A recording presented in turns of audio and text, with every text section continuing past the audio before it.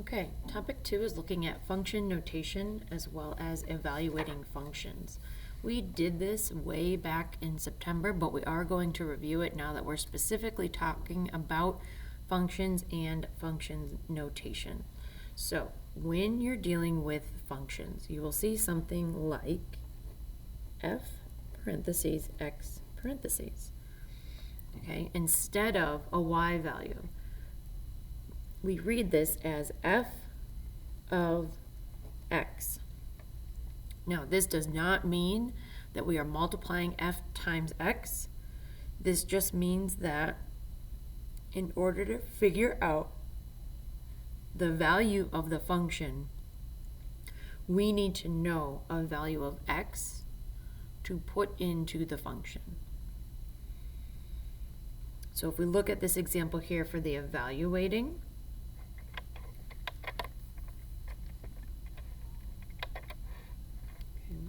to evaluate a function for a particular x value, just substitute and then simplify.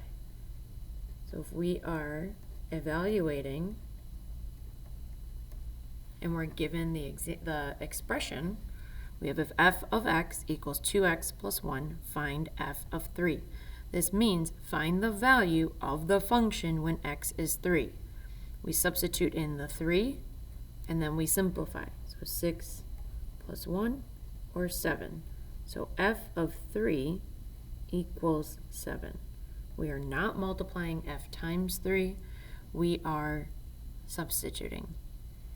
Now, another way that we can do this is if we are given a graph. So here, if I look at graph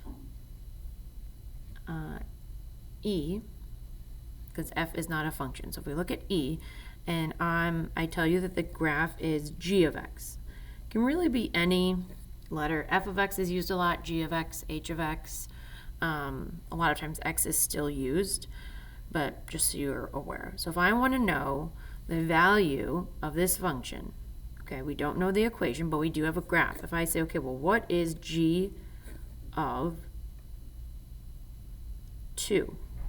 What I'm going to do is I'm going to go to my graph, and I find the value when x is 2, and I find that spot on the graph. So this value is 2, 1. So the value of the function when x is 2 is going to be 1.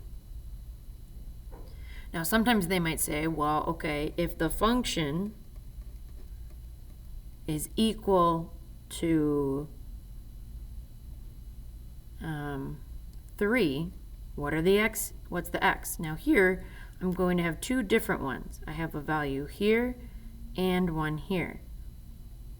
So this one, the first one, when g of x is 3, we have negative 3, 3, and we have a point at 3, 3.